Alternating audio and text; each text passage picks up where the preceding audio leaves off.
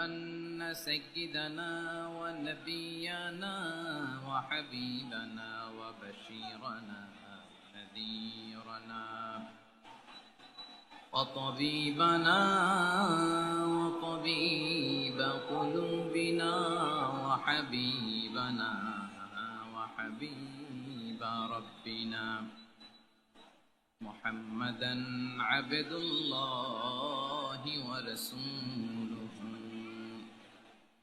أرسله بالحق بشيرا ونذيرا وداعيا إلى الله بإذنه وسراجا منيرا أما بعد فقد قال الله تعالى في كلامه المجيد وفي فرقانه الحميد أعوذ بالله من الشيطان الرجيم بسم الله الرحمن الرحيم ولا تسبوا الذين يدعون من دون الله فيسبوا الله عدوا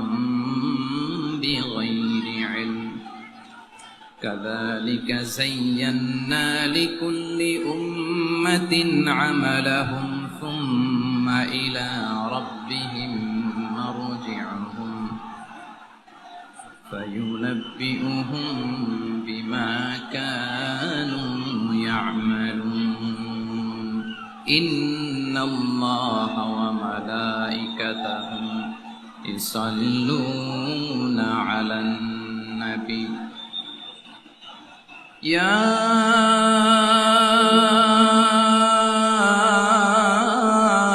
أيها الذين آمنوا صلوا عليه وسلموا تسليما اللهم صل على محمد وعلى آل محمد كما صليت على إبراهيم وعلى آل إبراهيم إنك حميد مجيد اللهم بارك على محمد وعلى آل محمد كما باركت على إبراهيم وعلى آل إبراهيم إنك حميد مجيد সকল প্রশংসার মালিককে সকল ক্ষমতার উৎসকে কেউ যেটা পারে না পারে কে কেউ যেটা দেখে না দেখে কে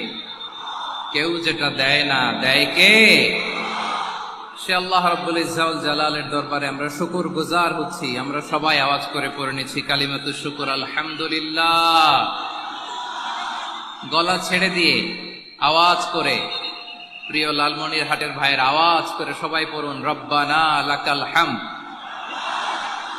হামদান কাসীরান তাইয়িবান মুবারাকান ফীহি ইয়া রাব্বি লাকাল হামদু কামা ইয়ানবাগি লিজালালি ওয়াজহিকা ওয়া আযীমি সুলতানিকা লাকাল হামদু বিল ঈমান লাকাল হামদু বিল ইসলাম লাকাল হামদু বিল কুরআন আমরা আল্লাহ রাব্বুল ইজ্জত ওয়াল জালালের দরবারে শুকরিয়া জ্ঞাপনের পাশাপাশি আজকের এই প্রোগ্রামের ইন্তেজামিয়া কমিটি ইসলামিক সোসাইটি লালমনিরহাটকে অন্তরের অন্তঃস্থল থেকে ধন্যবাদ জানাতে চাই শুভেচ্ছা জানাতে চাই যারা দীর্ঘদিন টানা পরিশ্রম শেষে আজকে লালমনিরহাট জেলায় যেটা আমার বেসিকলি রংপুর বিভাগের প্রোগ্রাম ছিল এই ঐতিহাসিক প্রোগ্রামের আয়োজন তারা করেছে আলহামদুলিল্লাহ আজকের প্রোগ্রামে সম্মানিত সভাপতি প্রধান অতিথি বিশেষ অতিথি মঞ্চে উপবিষ্ট আপনাদের অত্র এলাকার মা ও মাটির সন্তানেরা নেতৃবৃন্দ কমিউনিটি লিডার্স লালমনিরহাট জেলার সম্মানিত ব্যবসায়ী ভাইয়েরা চাকরিজীবী ভাইয়েরা ছাত্র ভাইয়েরা ভলান্টিয়ার্স ভাইয়েরা এবং লালমনিরহাট জেলা স্টেডিয়ামে অবস্থানরত আমার মা এবং বোনেরা, আমি আপনাদের সবাইকে অন্তরের অন্তঃস্থল থেকে শুভেচ্ছা জানাতে চাই, ধন্যবাদ জানাতে চাই যে আপনারা এত চমৎকার একটি প্রোগ্রামের আয়োজন করেছেন। প্রিয় ভাইরা, আপনারা জানেন যে আমি প্রতি বিভাগে একবার করে সফর করছি। তো সেই সুবাদে রংপুর বিভাগের প্রোগ্রামটা আমি লালমনিরহাটে দিয়েছি এবং আমি আশ্বস্ত হয়েছিলাম যে লালমনিরহাটের প্রোগ্রাম খুবই গোছালো হবে, সুষ্ঠু হবে, শান্ত হবে। সেটার নমুনা আলামত আমি দেখতে পাচ্ছি, আলহামদুলিল্লাহ। সবাই খুবই সুশৃঙ্খল, লক্ষ লক্ষ তাওহীদি জনতা, পেছনে অনেকে জায়গা পায় নাই কিন্তু কোনো আওয়াজ নাই, সবাই দাঁড়িয়ে আছে। এলইডি স্ক্রিন আছে, আপনারা স্ক্রিনে দেখতে পাচ্ছেন, আলহামদুলিল্লাহ। আমি সবাইকে দেখতে পাচ্ছি, মাশাআল্লাহ মাশাআল্লাহ। শান্ত হয়ে আপনারা বসুন, অল্প কিছু সময় কথা বলার সুযোগ আমি পাবো। যেহেতু আমি হেলিকপ্টারে করে এসেছি, হেলিকপ্টারগুলোর আবার একটা পলিসি আছে, সানসেটের আগে, সূর্য ডোবার আগে তাদেরকে এয়ারপোর্টে আবার ল্যান্ড করতে হয়। এখানে 3:30টার মধ্যে আমাকে উঠে যেতে হবে। আমি যদি বারবার আপনাদেরকে থামাতে থাকি, শান্ত হতে বলি এবং এগুলোতেই যদি আমরা সময় নষ্ট করে ফেলি, তাহলে এই যে বিশাল মহাসমাবেশ, বিশাল আয়োজন, যেখানে 2-4টা আমি বার্তা দিতে চাই, এগুলো ব্যাহত হবে। লালমনিরহাটের ছেলেরা খুব ভদ্র, শান্তশিষ্ট। আসার পর থেকে আমাকে রিসিভ করা থেকে শুরু করে, স্টেজে আনা থেকে শুরু করে, এবং আলহামদুলিল্লাহ তরুণ জেনজি শ্রোতাদেরকে আমি দেখতে পাচ্ছি, তারা খুবই কোঅপারেটিভ। সহযোগিতা করার, কোঅপারেট করার, অ্যাসিস্ট করার মানসিকতা আমার ভাইদের আছে, আলহামদুলিল্লাহ আলহামদুলিল্লাহ। আমি চাইবো আমরা একটু নীরব, নিস্তব্ধ পরিবেশ তৈরি করার একটু চেষ্টা করব। প্রচন্ড রোদ, আপনাদের যেমন কষ্ট হচ্ছে আমারও কষ্ট হচ্ছে। ওনারা বলেছিল স্টেজকে সরাবে, উপরে পর্দা দিবে। আমি বললাম দরকার নাই, যেই পরিস্থিতিতে আছি আমরা বসি, শান্ত হইতে হবে। এখানে আমি শান্ত হইতে বলবো, ভলান্টিয়ার্সরা মাইক নিয়ে শান্ত হইতে বলবে, আমাদের সম্মানিত উপস্থাপক উনি শান্ত হইতে বলবে। এগুলোর অপেক্ষায় না থেকে নিজ দায়িত্বে আমরা সবাই শান্ত থাকি, যাতে লালমনিরহাটের এই প্রোগ্রাম একটা ইতিহাস হয়ে থাকে বাংলাদেশে, ঠিক কিনা বলেন? যখন আমি সময় দিব, শাউট করতে বলবো, নয়েজ করতে বলবো, তখন নয়েজ করতে হবে আওয়াজ করে। আর যখন কথা বলবো তখন একেবারে চুপ থাকতে হবে, একেবারে চুপ। মাশাআল্লাহ, হ্যাঁ ঠিক আছে, একেবারে চুপচাপ থাকতে হবে। ধুলা উড়ানো যাবে না, সামনে আগানো যাবে না। নিজের সুবিধা, নিরাপত্তা বুঝতে হবে। এটা কোনো রাজনৈতিক সমাবেশ না, এখানে লাফালাফি, চিৎকার চেঁচামেচি, হাত দেখানোর দরকার নাই। হাত দেখানোর পর্ব শেষ। এখানেও ঠান্ডা হয়ে গেছে, মাশাআল্লাহ। হ্যাঁ মাশাআল্লাহ। আমাদের ভলান্টিয়ার্স ভাইরা, আমাদের স্বেচ্ছাসেবক ভাইরা, আইন শৃঙ্খলা রক্ষাকারী ভাইরা অনেক চেষ্টা করতেছে, মাশাআল্লাহ। Very good, I am very happy to C this scenario, মাশাআল্লাহ আলহামদুলিল্লাহ। আমি একটু দেখতে চাই যে রংপুর বিভাগের কে কোন জেলা থেকে আপনারা এসছেন। কুড়িগ্রাম থেকে কারা এসছেন দেখি, কুড়িগ্রাম। মাশাআল্লাহ মাশাআল্লাহ। আচ্ছা, গাইবান্ধা জেলার কে আসছেন? গাইবান্ধা, মাশাআল্লাহ। ঠাকুরগাঁও অনেকে আসছেন। দিনাজপুর জেলা থেকে, মাশাআল্লাহ। নীলফামারী, ঠিক আছে, ফিয়ামানিল্লাহ। পঞ্চগড় অনেক আসছে। রংপুর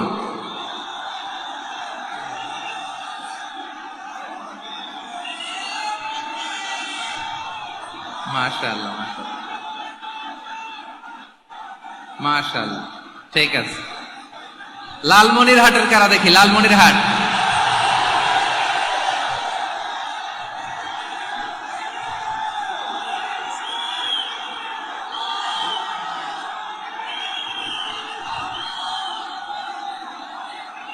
মাশাআল্লাহ মাশাআল্লাহ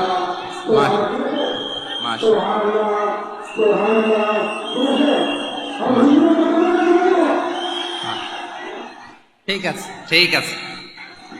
আচ্ছা, এই রংপুর বিভাগের বাইরে থেকে অন্য জেলার কারা কারা আসছেন দেখি। তাও আছে অনেকে, মাশাআল্লাহ। ঠিক আছে। আজকের প্রোগ্রামে উপস্থিত আছেন প্রধান অতিথি হিসেবে অধ্যক্ষ আসাদুল হাবিব দুলু ভাই, সাংগঠনিক সম্পাদক বিএনপি জাতীয় নির্বাহী কমিটি সভাপতি জেলা বিএনপি লালমনিরহাট। বিশেষ অতিথি হিসেবে আমাদের অনেক ভাইরা এসছেন, সবাইকে শুকরিয়া জানাই। সভাপতিত্ব করছেন জনাব আব্দুল হাকিম। আইন শৃঙ্খলা বাহিনী, প্রশাসন, ভলান্টিয়ার্স, শুনেছি আমি প্রায় 5,000 ভলান্টিয়ার্স আপনারা নিয়োগ দিয়েছেন। আলহামদুলিল্লাহ, আলহামদুলিল্লাহ, অনেক গোছালো প্রোগ্রাম। আমার প্রাণ ঢালা ভালোবাসা জানবেন, আমার হৃদয়ের গহীন থেকে ভালোবাসা নিবেন, শুভেচ্ছা জানবেন সবাই। ঠিক আছে, ঠিক আছে। প্রিয় ভাইরা, আমরা আর কাল বিলম্ব না করে মূল আলোচনায় চলে যেতে চাই।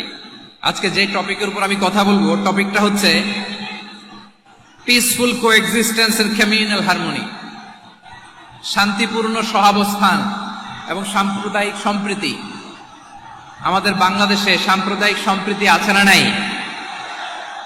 আবহমান কাল থেকে আমরা মুসলিম, হিন্দু, বৌদ্ধ, খ্রিস্টান, পাহাড়ি, নৃগোষ্ঠী মিলেমিশে একাকার, আমরা সবাই মিলে বাংলাদেশ। আওয়াজ করে বলেন ঠিক কিনা? আমাদের পারস্পরিক সম্প্রীতি, ভালোবাসা, সৌহার্দ্যপূর্ণ আচরণ, বোঝাপড়া, এটা বেশ মজবুত, বেশ মজবুত। তবে মাঝে মাঝে আমাদের এই সম্প্রীতির ভেতরে অনেকে ফাটল ধরাতে চায়।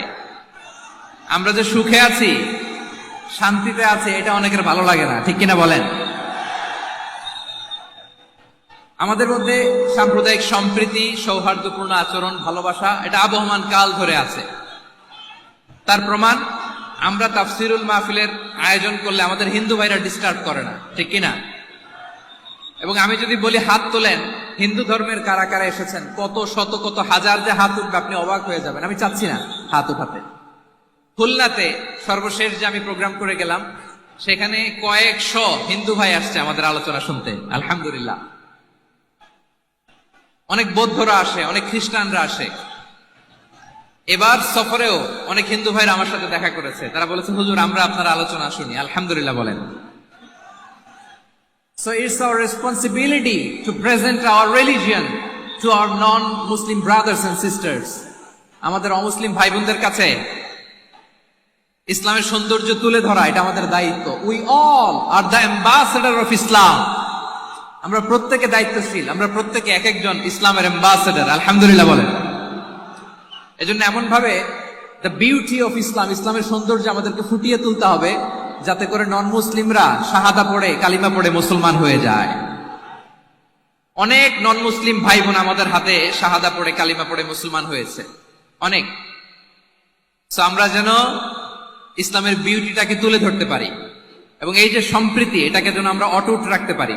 আদতে আদতে বাংলাদেশের ইতিহাস বলে আমাদের দেশে কোনো দাঙ্গা নাই, আছে? লালমনিরহাটের ভাইয়ের আওয়াজ করে বলেন, আমাদের দেশে হিন্দু মুসলিম দাঙ্গা আছে? আমরা ভাই ভাই, আওয়াজ করে বলুন তো, আমরা কি ভাই ভাই? কিন্তু কিছু দুষ্ট লোক আছে, তারা আমাদের সম্পর্কের মধ্যে ফাটল ধরাতে চায়, ঠিক কিনা বলেন? মাঝে মাঝে ঝগড়া লাগাতে চায়। দেখবেন পত্রপত্রিকায় দেখা যায় বিভিন্ন ধর্মীয় উপাসনালয়গুলোতে হামলা চালানো হয়। এগুলো রাজনৈতিক উদ্দেশ্য প্রণোদিত, এগুলোর সাথে ইসলামের কোনো সম্পর্ক নাই। এজন্য এই দুর্বৃত্তদের ব্যাপারে আমাদের সাবধান থাকতে হবে। আমরা সবসময় যেমনি ঐক্যবদ্ধ, ইউনাইটেড, আমরা যদি এরকম ইউনাইটেড থাকি, এই সমস্ত দুর্বৃত্তদের কালো হাত ভেঙে দিতে আমাদের 1 ঘন্টাও লাগবে না। চিল্লায় বলো ঠিক কিনা? আমরা সংঘবদ্ধ থাকবো।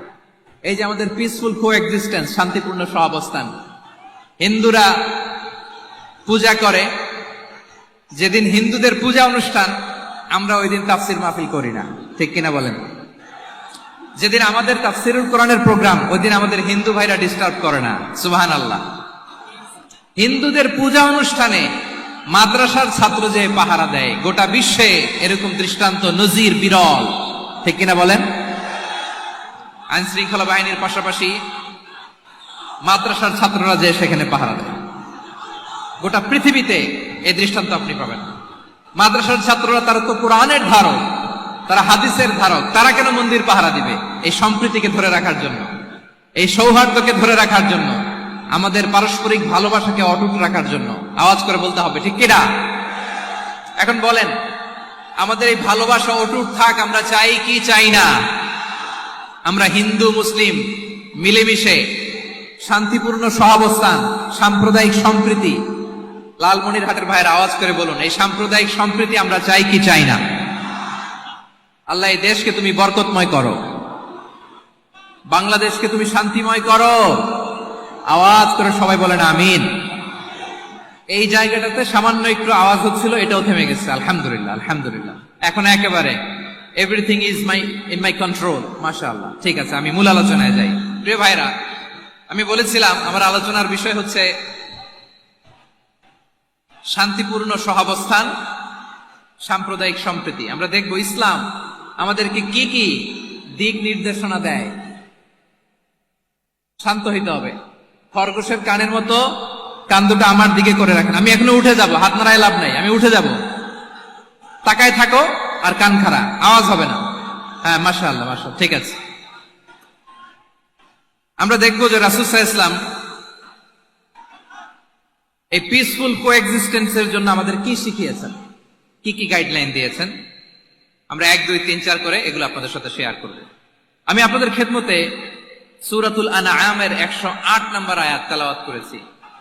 এখানে আল্লাহ রাব্বুল ইজ্জা ওয়াল জালাল তিনি ইরশাদ করছেন, ওয়ালা তাসুব্বুল্লাযীনা ইয়াদউনা মিন দুনিল্লাহি ফায়াসুব্বুল্লাহা আদওয়ান বিগাইরি ইলম কাযালিকা যায়্যান্না লিকুল্লি উম্মাতিন আমালাহুম থুম্মা ইলা রাব্বিহিম মারজিউহুম ফায়ুনাব্বিউহুম বিমা কানু ইয়ামালুন। রব্বুল আলামিন বলেন, গোলাম ও আমার ইমানদার বান্দারা শোনো শোনো, ও আমার বিশ্বাসী বান্দারা শোনো শোনো। লা তাসুব্বুল্লাযীনা ইয়াদউনা মিন দুনিল্লাহ ফায়াসুব্বুল্লাহা আদওয়ান বিগাইরি ইলম। ও আমার বিশ্বাসী বান্দারা, যারা আল্লাহকে ব্যতি রেখে, আল্লাহকে বাদ দিয়ে অন্য উপাস্যকে ডাকে, দেবীর পূজা করে, দেবতাদের পূজা করে, তোমরা খবরদার তাদের গালি দিও না। আওয়াজ করে বলেন, কি দিও না? আল্লাহ বলেন, ও বিশ্বাসীরা শোনো, যারা আল্লাহকে বেছে রেখে দেবীর পূজা করে, অন্য উপাস্যের পূজা করে, তাদেরকে ডাকে, ওই দেবতাদেরকে তোমরা গালি দিও না। যদি ওই দেবতাদেরকে গালি দাও, তাহলে ভুলবশত, শত্রুতাবশত তারা তোমাদের রব আল্লাহকে গালি দেবে, ঠিক কিনা? তোমরা যদি তাদের দেবতাদের গালি দাও, ওরা রেগে তোমার আল্লাহরে গালি দিবে, তাহলে আল্লাহরে গালি খাওয়ানোর কারণ হয়ে গেলাম আমি, ঠিক কিনা বলেন?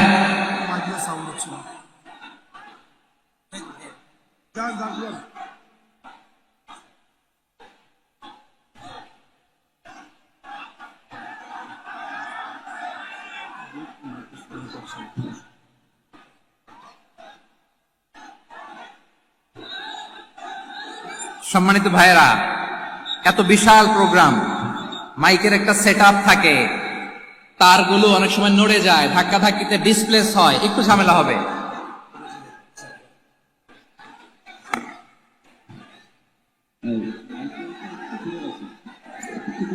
ব্যাস ব্যাস, হ্যাঁ,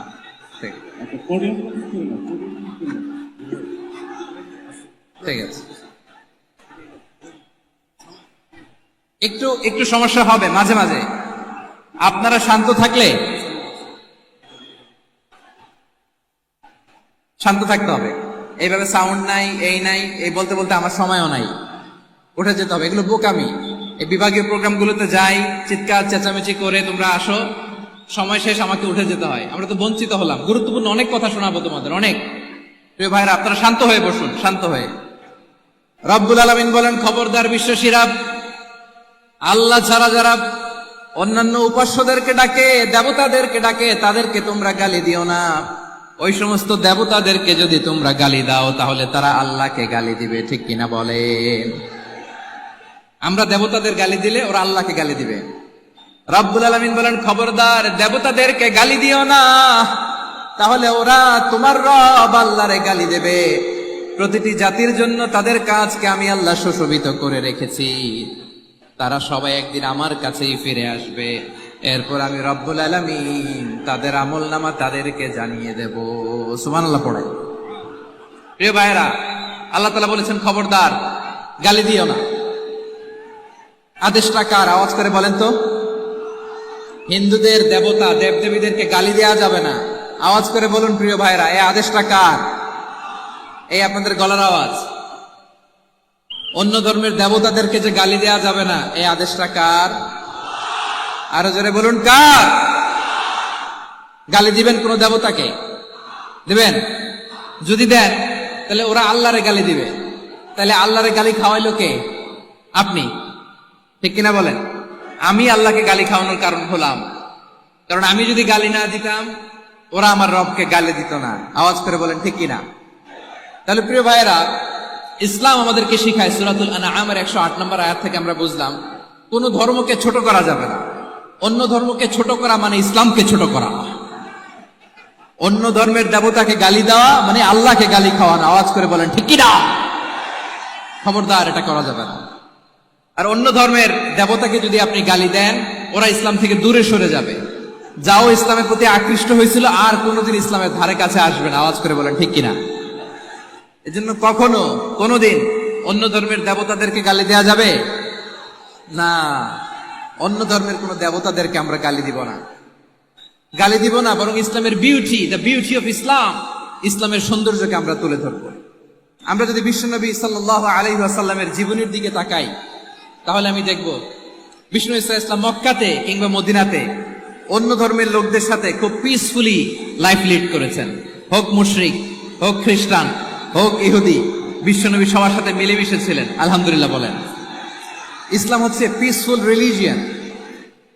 অন্য ধর্মের প্রতি সহনশীলতার সবক ইসলাম আমাদেরকে দেয়। কিন্তু প্রতিটি মুসলিমের এটা মনে রাখতে হবে, আল্লাহর কাছে পছন্দনীয় গ্রহণযোগ্য ধর্ম, জীবনাদর্শ একটি, সেটা হচ্ছে ইসলাম। আওয়াজ করে বলেন সেটা কি? লালমনিরহাটের ভাইয়েরা আওয়াজ করে বলুন, আল্লাহর কাছে মনোনীত ধর্ম একটি, সেটা কি? এজন্য রব্বুল আলামিন বলেন, ইন্নাদ-দীনা ইনদাল্লাহিল ইসলাম, আল্লাহর কাছে মনোনীত গ্রহণযোগ্য অ্যাকসেপ্টেড ধর্ম মতাদর্শ একটা, সেটা হলো ইসলাম। ইসলাম ছাড়া অন্য কোন ধর্ম যদি কেউ তালাশ করে, তার ওই ধর্ম আল্লাহ গ্রহণ করবে না। ওমাইয়াবতাগি গায়রাল ইসলামি দীনান ফালাই ইউকবালা মিন ওয়া হুয়া ফিল আখিরাতি মিনাল খাসিরিন।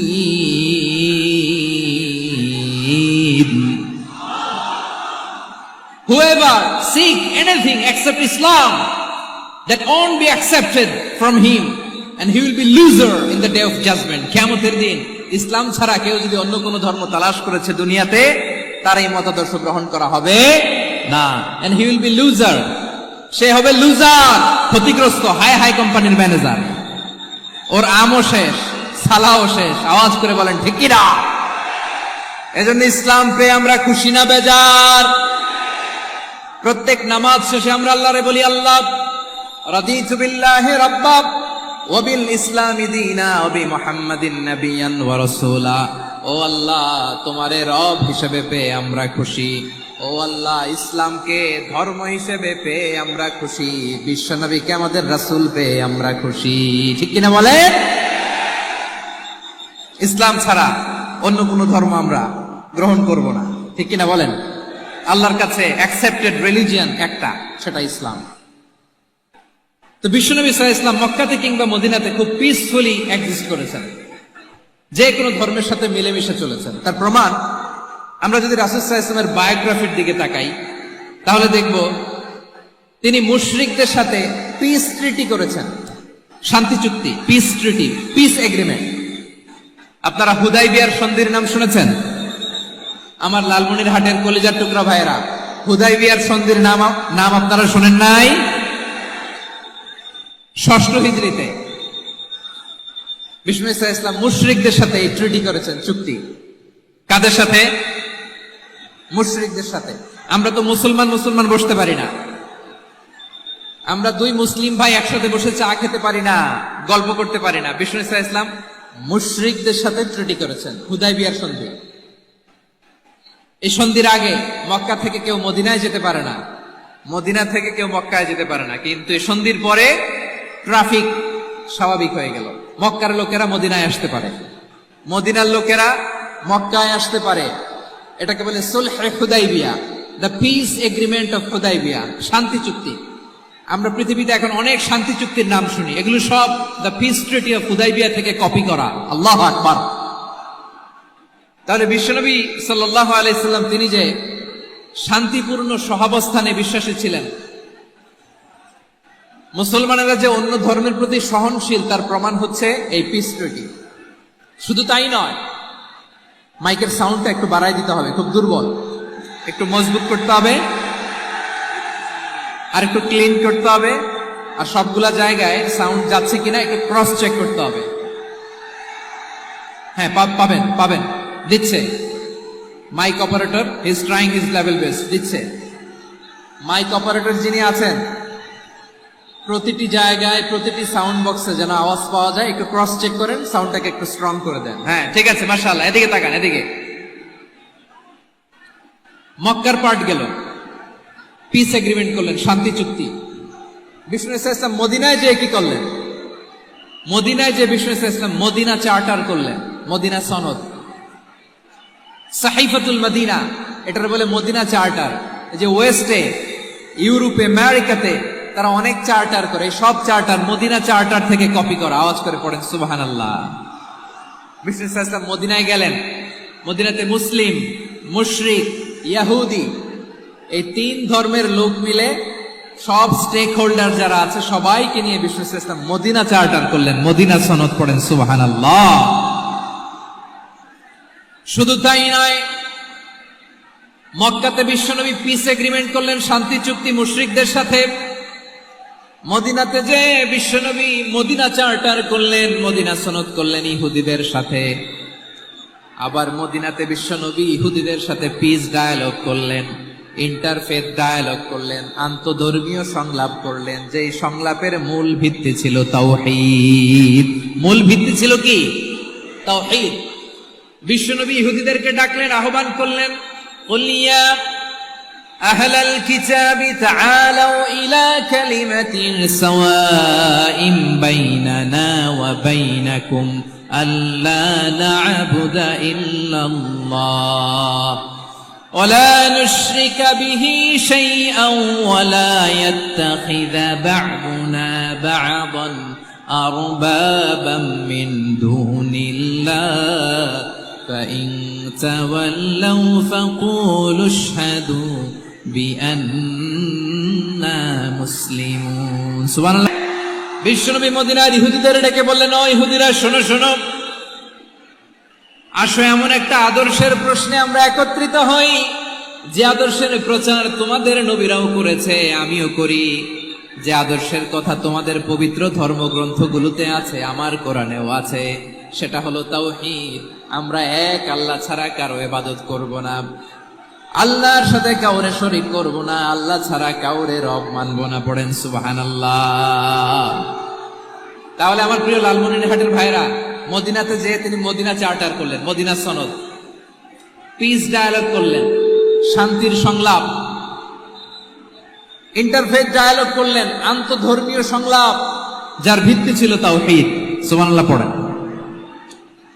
তাহলে অন্য ধর্মের প্রতি সব সময় ইসলাম সহনশীল, টলারেন্স। যদি আপনি দেখতে চান ইসলামের নবী বিশ্ব নবীর দিকে তাকান, ঠিক কিনা বলেন? আমরা তো সংখ্যালঘুদের রাইটস প্রোটেক্ট করার জন্য কত আইন বানাই, কত বৈঠক করি, কত সংবাদ সম্মেলন করি। বিষ্ণু সাল্লাল্লাহু আলাইহি ওয়াসাল্লাম সংখ্যালঘুদের রাইটস এর ব্যাপারে, অধিকারের ব্যাপারে যে কথা বলেছেন, শুনলে আপনি অবাক হয়ে যাবেন।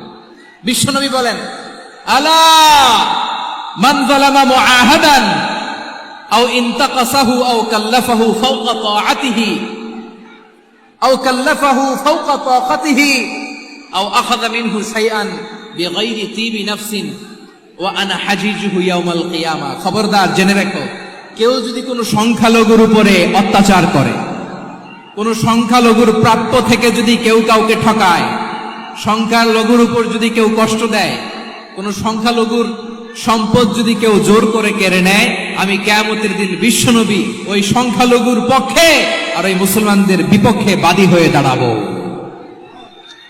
সুবহানাল্লাহ বলতে পারলেন না? আল্লাহু আকবার। আপনি নামাজি, আপনি মুসল্লি, আপনি হাজী সাহেব, তাহাজ্জুদ পড়তে পড়তে কপালে দাগ ফেলে দিছেন। আপনার প্রতিবেশী হিন্দু, ভাবছেন আমার তো পাওয়ার আছে, ওর জমিটা দখল করি। বিশ্বনবী বলেন কিয়ামতের দিন ওই হিন্দুর পক্ষে তোর বিরুদ্ধে আমি বাদী হয়ে দাঁড়াবো। পৃথিবীর কোন ধর্মে এরকম স্টেটমেন্ট পাবেন? পাবেন? আপনি ভাবছেন আপনি নামাজ পড়লে হাজী সাহেব কপালে দাগ ফেলায় দিলে আপনি সালসালায় জান্নাতে চলে যাবেন না? খবরদার। বিশ্বনবী বলেন কোন সংখ্যালঘুর উপর যদি কেউ আক্রমণ করে, তার প্রাপ্য তাকে না দিয়ে যদি তাকে ঠকায়, তার উপর জুলুম করে, তার সম্পদ যদি কেড়ে নেয়, আমি নবী, তুমি মুসলিম হইতে পারো, মুসল্লি হইতে পারো, তার পক্ষে তোমার বিপক্ষে আল্লাহর দরবারে বাদী হয়ে দাঁড়াবো। আচ্ছা লালমনিরহাটের ভাইরা, কথা বুঝতে পারলে আওয়াজ করে উত্তর দেন। বিশ্বনবী যদি কারো বিপক্ষে দাঁড়ায় কিয়ামতের দিন, আই রিপিট, আমি আবারও বলছি, বিশ্বনবী যদি কিয়ামতের দিন কারো বিপক্ষে দাঁড়ায়, ও তো সালসালায়া জান্নাতি, তাই না? জান্নাতি না? যে নবীর সুপারিশ ছাড়া জান্নাতের গেটও দেখা যাবে না, ওই নবী যদি বলে তোর বিপক্ষে আমি বাদী হয়ে দাঁড়াবো, ওই জান্নাতে আর ঢোকার কোন সুযোগ আমাদের থাকবে? এখানেই শেষ না আমার প্রিয় লালমনিরহাটের ভাইয়েরা, এখানেই শেষ নয়। বিশ্বনবী বলেন মান কাতালা মুআহাদান, বুখারীর বর্ণনা, মান কাতালা মুআহাদান লাম ইয়ারাহ রাইহাতাল জান্নাহ। কেউ যদি, কোন মুসলিম যদি অন্যায়ভাবে কোন সংখ্যালঘুকে হত্যা করে, কোন হিন্দুকে হত্যা করে, কোন বৌদ্ধরে হত্যা করে, অন্যায়ভাবে কোন মুসলিম যদি কোন সংখ্যালঘুরে হত্যা করে, জান্নাতে যাওয়া তো দূরের কথা, ওই মুসলিম জান্নাতের ঘ্রাণও পাবে না। সেই বুখারীর বর্ণনা, মান কাতালা মুআহাদান লাম ইয়ারাহ রাইহাতাল জান্নাহ ওয়া ইন্না রিহাহা লা ইউজাদু মিন মাসিরাতি 40 আমা। যে জান্নাতের ঘ্রাণ 40 বছর দূরের রাস্তা থেকেই পাওয়া যায়। সুবহানাল্লাহ পড়েন। প্রিয় ভাইরা, এখান থেকে জান্নাতে পৌঁছতে লাগবে 40 বছর। এত দূর, কত বছর? সবাই বলেন কত বছর? এখান থেকে জান্নাতে পৌঁছতে লাগবে 40 বছর। এত দূরে থাকতেই জান্নাতের ঘ্রাণ আপনার নাকে এসে ধাক্কা মারবে। বিষ্ণুই বলেন যে ব্যক্তি কোন সংখ্যালঘুকে হত্যা করে, জান্নাতের ঘ্রাণ তো পাবেই, জান্নাতে তো ঢুকতে পারবেই না, জান্নাতের ঘ্রাণও তার নাকে লাগবে না। পড়েন নাউযুবিল্লাহ। তাহলে সংখ্যালঘুদের ব্যাপারে ইসলামে অধিকার দেয়া আছে না নাই? লালমনিরহাটের ভাইয়ের আওয়াজ করে বলেন, আমার সংখ্যালঘু হিন্দু ভাইদের রাইটস, অধিকার আমাদের ইসলামে প্রোটেক্টেড আছে না নাই? এখানেই শেষ না। বিষ্ণু ইসলাম আপনার অমুসলিম প্রতিবেশীর সাথে ভালো আচরণ করতে বলেছে। আমাদের হয় না, এটা মুসলিম পাড়া, ওটা বৌদ্ধ পাড়া, হয় না? অনেক সময় হয় না, এটা আমাদের মুসলিম পাড়া, ওইটা হিন্দু পাড়া, এরকম আছে না নাই? লালমনিরহাটে নাই না? আছে? হিন্দু যদি আপনার প্রতিবেশী হয় কি করবেন? ওরে কষ্ট দিবেন নাকি? কেন? ও তো হিন্দু, ও তো আমার আল্লাহরে ডাকে না, ওরে কষ্ট দিলে জায়েজ হবে না? খবরদার। বিষ্ণু ইসলাম বলেন মান কানা ইউমিনু বিল্লাহ ওয়াল ইয়াউমিল আখির ফালিকরিম জারাহ।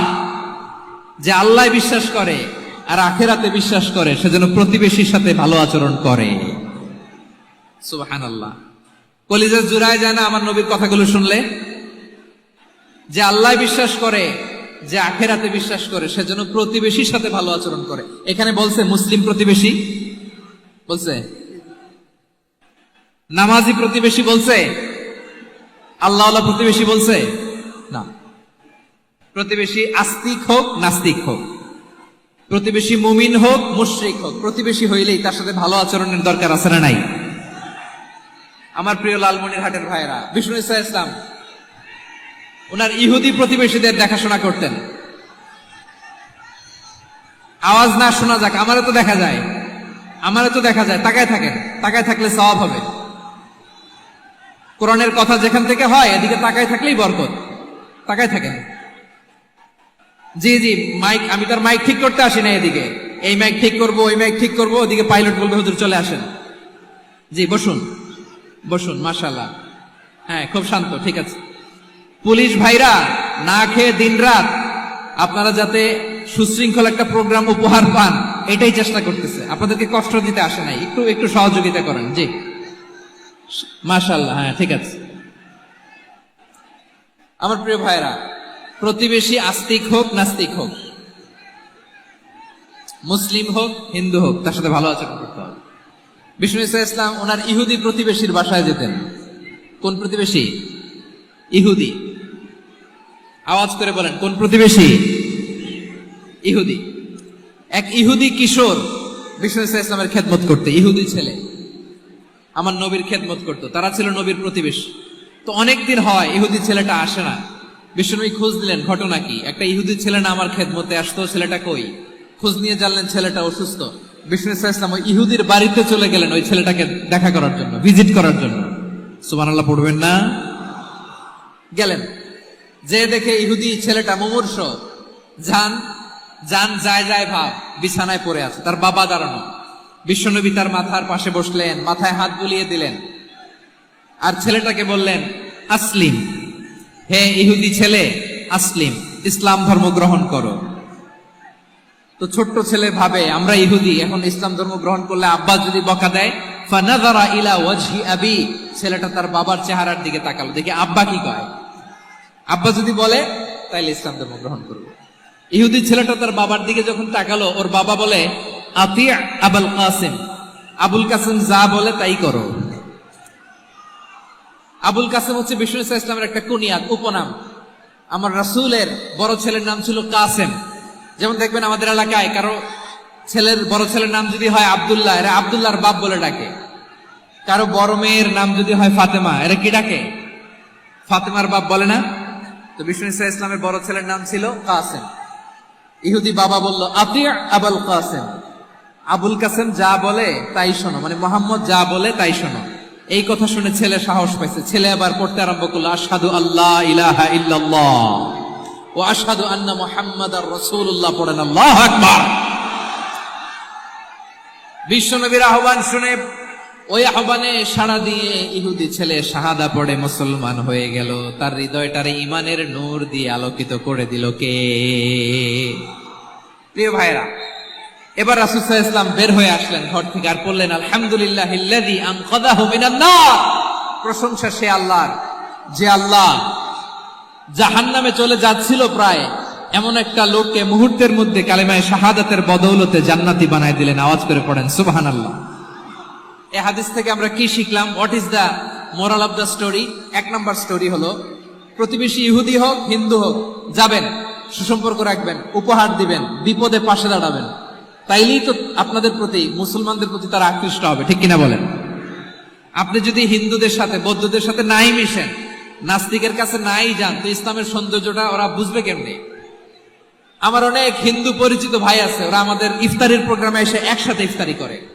অনেক মদখোর আমার সাথে বসে একসাথে ডিনার করে, হাফ প্যান্ট পরা, গলায় স্বর্ণের চেইন, হাতে স্বর্ণের ব্রেসলেট, আইসা আমার সাথে ডিনার করছে, আছে এরকম। গাঁজাখোর, আমি বলে আসো, welcome welcome to my dinner, আসো বসো। বসলেই তো আমি ওর ডিএনএ, চিন্তার ডিএনএ চেঞ্জ করে দেওয়ার সুযোগ পাবো, চিল্লায় বলো ঠিক কিনা? আসতে হবে আমার কাছে। Our door is open, the door of Islam is open 24/7. সব সময় আমাদের ইসলামের দরজা আমার অমুসলিম ভাইদের জন্য খোলা আছে না নাই? এই হাদিস থেকে দুইটা শিক্ষা। এক নম্বর শিক্ষা, প্রতিবেশী মুসলিম হোক অমুসলিম হোক, যান, অসুস্থ হইলে একটু আপেল নিয়ে যান, আঙ্গুর নিয়ে যান, কমলা নিয়ে যান, তাদের সাথে ভালো আচরণ করেন। ইসলামের বিউটি দেখে, সৌন্দর্য দেখে অবাক হবে, নসিব ভালো হলে কোনোদিন কালিমা পড়ে মুসলমান হয়ে যাবে, ঠিক কিনা বলেন? তাহলে অমুসলিমের সাথে ভালো সম্পর্ক। বিশ্বনবী ইহুদির বাড়িতে গেলেন, ইহুদির বাড়ি, আর আমার মুসলমান ভাই আমার কাফের বলে, এরকম আছে না নাই? মুসলিম মুসলিমরা দেখতে পারে না, সহ্য করতে পারে। বিশ্বনবী সাল্লাল্লাহু আলাইহি ওয়াসাল্লাম ইহুদির বাড়িতে গেলেন, এটা একটা শিক্ষা। আরেকটা শিক্ষা হলো, ভাইরা ধাক্কা মারে এসে সামনে এসে কি লাভ? প্রোগ্রাম তো শেষ হচ্ছে, এখনই শেষ হচ্ছে। তো এই যে আমাদের বকশি ভাই ওয়াদা নিল, হাত তোলালো, মিম বলে এত কথা বললো, তো আমি জেলায় জেলায় যে খালি হাত নাড়াই তোমাদের জন্য নাকি? হ্যাঁ, হাত নাড়াই শুধু। এই ধাক্কাইতে ধাক্কাইতে এদিকে এসে হাত নাড়াইতেছে, হয়েছে তো, দেখলাম তো, ঠিক আছে, মাশাআল্লাহ, অনেক সুশৃঙ্খল, অন্যান্য যে কোনো জেলার জন্য সুশৃঙ্খল। আমার দিকে তাকাও, আমার দিকে তাকাও,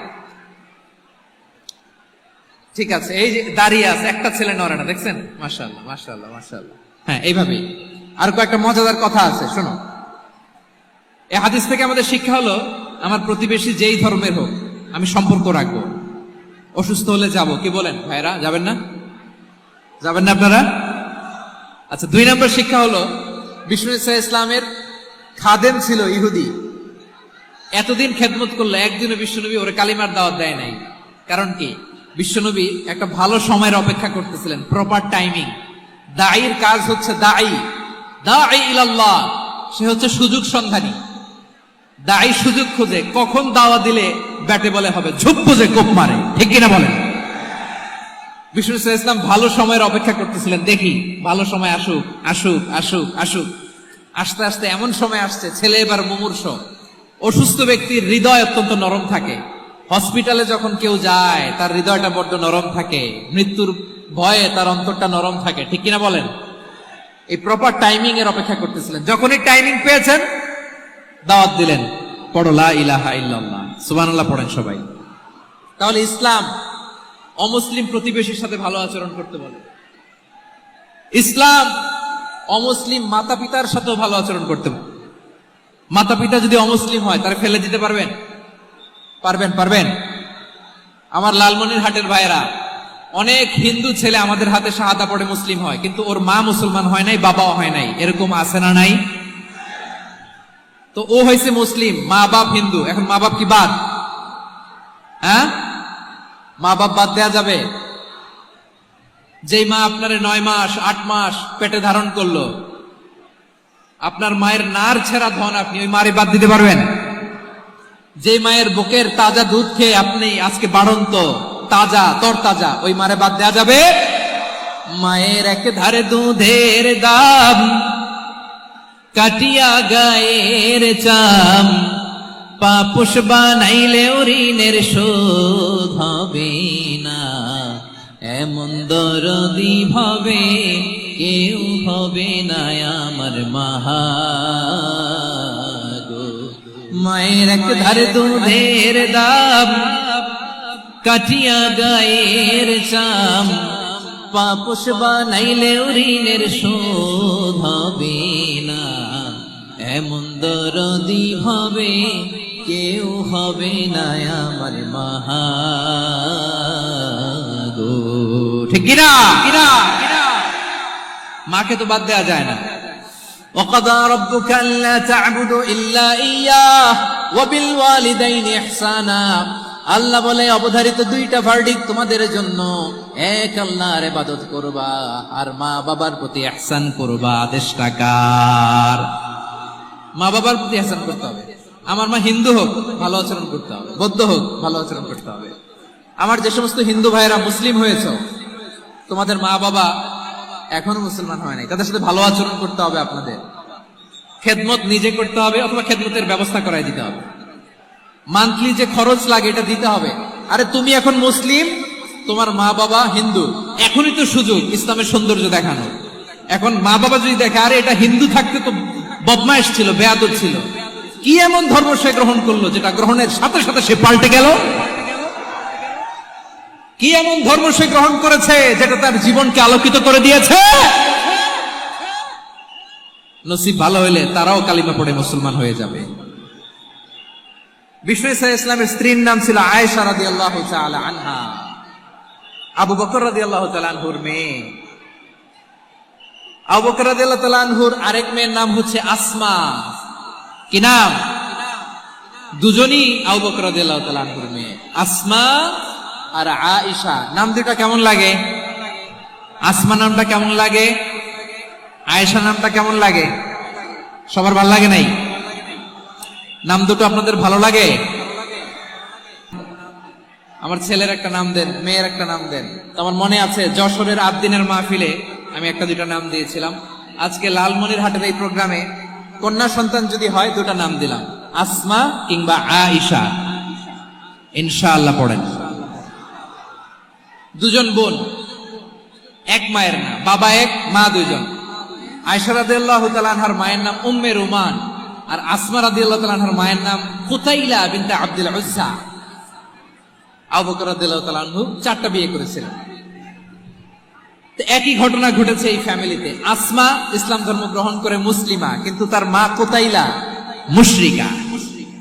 আই রিপিট, বোঝার জন্য আমি আবারও বলি, আসমা রাদিয়াল্লাহু তাআলা আনহা মুসলিমা, আর আসমার মা কুতাইলা, আওয়াজ করে বুঝে থাকলে বলেন, আসমার মা মুশরিকা। তার মানে মেয়ে মুসলিম, মা অমুসলিম। ভেজাল আছে না নাই? কিন্তু কুতাইলা আর ধৈর্য ধারণ করতে পারে না। নার ছেড়া ধন, কলিজার টুকরা ধন, কলিজার টুকরা সন্তান আসমারে দেখতে বড্ড মন চায়।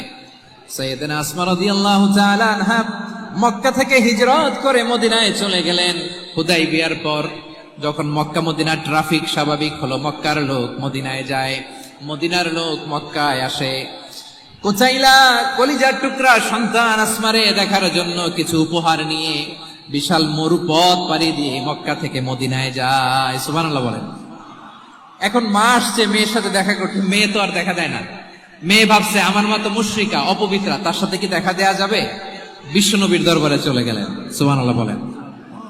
কি সৌভাগ্যবান ছিল তারা, মাসলা জানার দরকার হলেই নবীর দরবারে চলে যেত।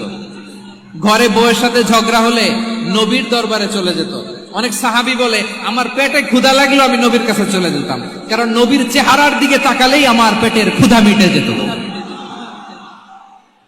সাইয়েদনা আসমা রাদিয়াল্লাহু তাআলা আনহা বিশ্বনবীর কাছে চলে গেলেন, যে বললেন, ইয়া রাসূলুল্লাহ, ইয়া হাবিবাল্লাহ, ইন্না উম্মি কাদিমাতুন ইলাইয়া ওয়া হিয়া রাগিবা। আমার মা মক্কা থেকে অনেক দূর মরুর পথ পাড়ি দিয়ে উপহার সামগ্রী নিয়ে মদিনায় আমার সাথে দেখা করতে এসেছে গো নবী। আমার জানতে বড্ড ইচ্ছে হয় আমি আমার মুশরিকা মায়ের সাথে একটু দেখা করতে পারবো কিনা। আফা আসিলুহা, আগে যেমনি আমি আমার মায়ের সাথে ভালো আচরণ করতাম, যেমনি আমি আমার মায়ের সাথে সদাচরণ করতাম গো নবী, এখন আমি মুসলিমা, মা মুশরিকা, এখনো কি আগের মতো সদাচরণ করতে পারবো নাকি? বিশ্বনবী বললেন, নাম সিদিহা, হ্যাঁ রে আসমা, অবশ্যই অবশ্যই, আগে ঠিক যেমন তুমি তোমার মায়ের সাথে ভালো আচরণ করতে, এখনো তেমনি আগের মতো ভালো আচরণ করবা। আওয়াজ করে পড়েন সুবহানাল্লাহ। কি ইসলাম আমরা পেয়েছি!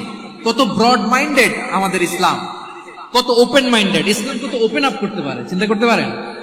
বিষ্ণু বললেন, হ্যাঁ অবশ্যই, নাম সুলিহা, আগে যেমনি ভালো আচরণ করছো আসমা, এখন ওই রকমই করো, পারলে আরো বাড়াই করো। সুবহানাল্লাহ বলেন।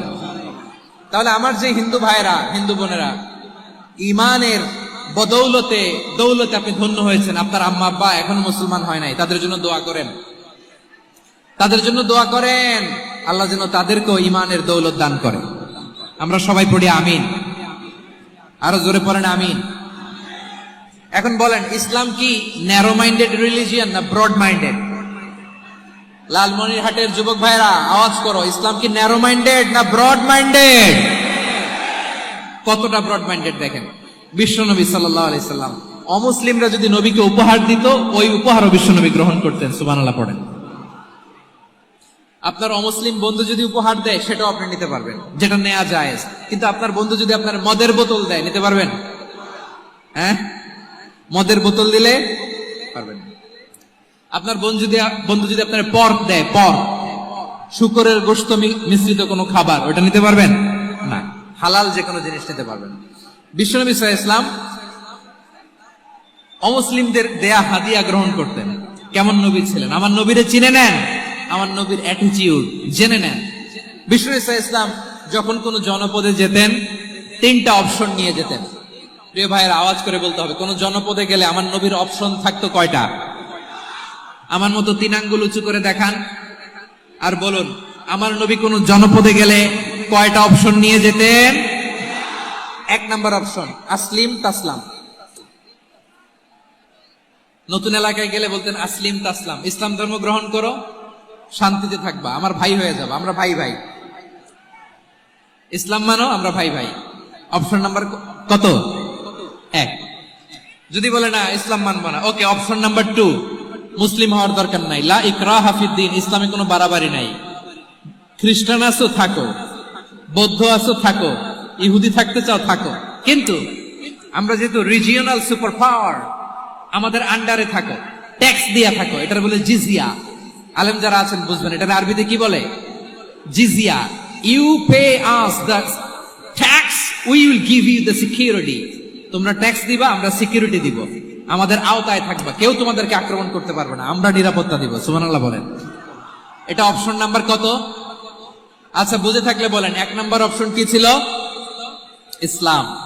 ইসলাম মানো শান্তিতে থাকবা, ভাই ভাই, আমরা ভাই ভাই। অপশন নাম্বার 2, ট্যাক্স দাও, আমরা নিরাপত্তা দিব, মুসলিম হওয়া লাগবে না। এখন 1 নাম্বারও মানে না, 2 নাম্বারও মানে না, মুসলিম হবো না, ভালো, খ্রিস্টান থাকো, ট্যাক্স দাও, আমরা সিকিউরিটি দিব না, এটাও মানি না। বিষ্ণু বলেন তাহলে তলোয়ার আমাদের আর তোমাদের মাঝে ফয়সালা করবে। মুসলিমও হওয়া না, ট্যাক্স দিবা, নিরাপত্তা দিব, আমরা সুপার পাওয়ার, আমাদের আন্ডারে থাকবে, এইটাও না। তাহলে তোমাদেরকে তো আমরা বিশ্বাস করতে পারি না, কখন না কখন বিশ্বাসঘাতকতা করো, কার সাথে মিলে হাত মিলাও, তলোয়ার আমাদের মাঝে ফয়সালা করবে। তখন তিনি জেহাদের সশস্ত্র সংগ্রামের ঘোষণা দিতেন। সুবহানাল্লাহ পড়েন। দেখেন, পশ্চিমারা জেহাদকে এইভাবে চিত্রায়িত করে না, ওরা জেহাদ বলতে বোঝায় তলোয়ার, হাত কাটো, গলা কাটো, না, জেহাদ সশস্ত্র সংগ্রাম 3 নম্বরে। অধিকাংশ ক্ষেত্রেই বিশ্বনবীর সুন্দর আচরণ দেখে, আরে আমার নবীর যে নুরানি চেহারা, অনেকে তো কেবল সিরেফ চেহারাটা দেখেই কালিমা পড়ে মুসলমান হয়ে গিয়েছে। যারা মুসলিম হয় নাই তারা তাদের ইসলামেই বলবৎ ছিল, ট্যাক্স দিয়ে ইসলামের আন্ডারে ছিল। যারা এটাও মানে নাই ওইটাও মানে নাই, তাদের বিরুদ্ধে জেহাদ। বিষ্ণু ইসলাম 7ম হিজরিতে যখন খায়বার বিজয়ের পরে ইসলাম রিজিওনাল সুপার পাওয়ার হিসেবে আত্মপ্রকাশ করলো, বিশ্বনবী চিঠি লিখলেন অন্যান্য সুপার পাওয়ারের কাছে, রাষ্ট্রীয় চিঠি লেখে এক রাষ্ট্রপ্রধান আরেক রাষ্ট্রপ্রধানের কাছে, ঠিক কিনা বলেন? জানেন না আপনারা, এই যে 24-এর ছাত্র নাগরিক অভ্যুত্থানে, এই অভ্যুত্থান যখন শুরু হয়, আমি তখন সাউথ আফ্রিকাতে, একটা স্ট্যাটাস দিয়েছিলাম, কোটা নয় গোটা দেশ সংস্কার করা লাগবে। শুধু বাংলাদেশ নয়, সারা বিশ্বের বাংলা ভাষাভাষী লোকেরা এই আন্দোলনের সাথে সমর্থন তারা করেছে, এটাকে সাপোর্ট করেছে, তারা সমর্থন দিয়েছে। আমাদের ইউনাইটেড আরব আমিরাতের বাংলাদেশি ভাইয়েরা, তারা সেখানে রাস্তায় নেমে এসেছিল, জানেন?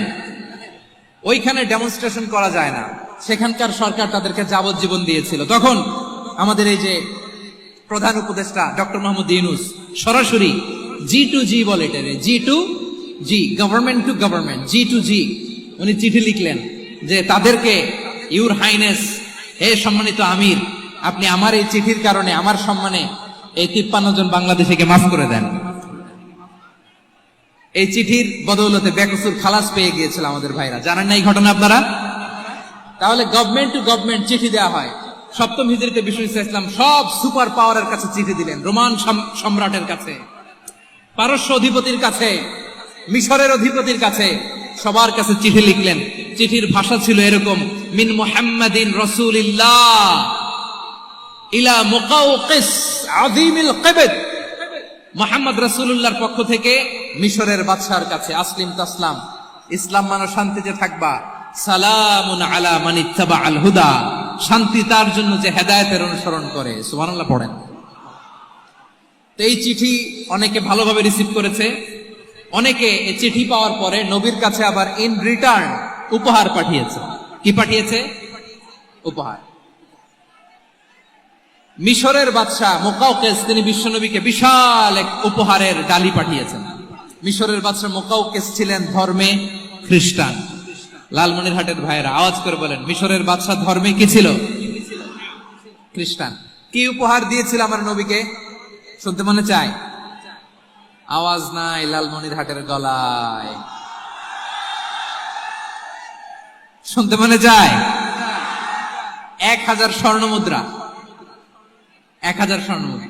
2টা খ্রিস্টান দাসী, একজনের নাম মারিয়া বিনতে শামউন আল কিবতিয়া, আরেকজনের নাম সিরিন বিনতে শামউন আল কিবতিয়া।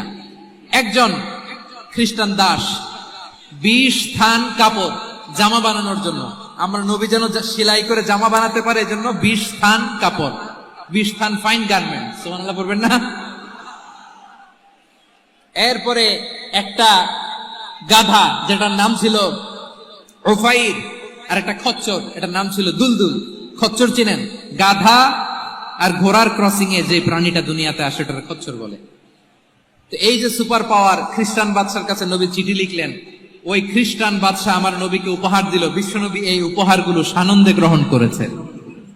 সুবহানাল্লাহ পড়বেন না? তাহলে অমুসলিম কেউ যদি আপনাকে উপহার দেয়, হালাল উপহার হলে আপনি গ্রহণ করতে পারবেন।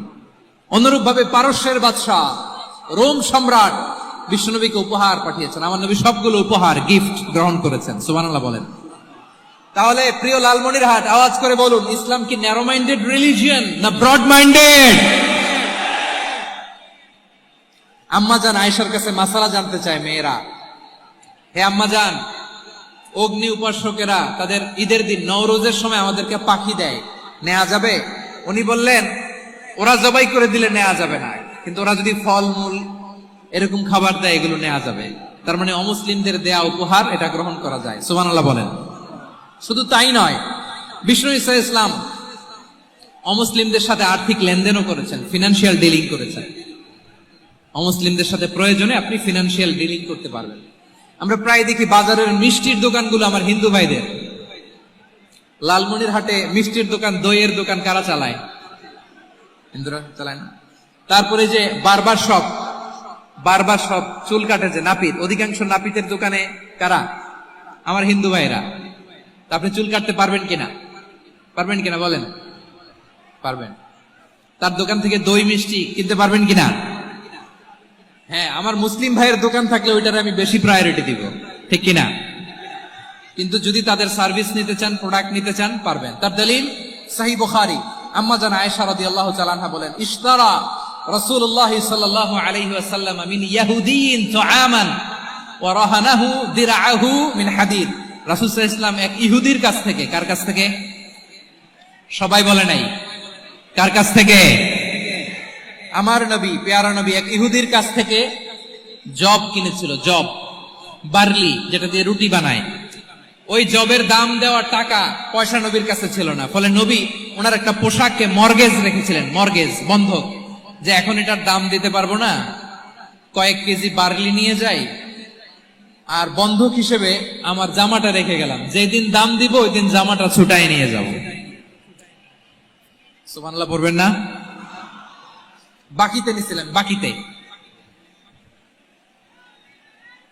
দিরআহু মিন হাদিদ, লোহার তৈরি বর্ম, মানে যুদ্ধের পোশাক, লোহা দিয়ে বানানো।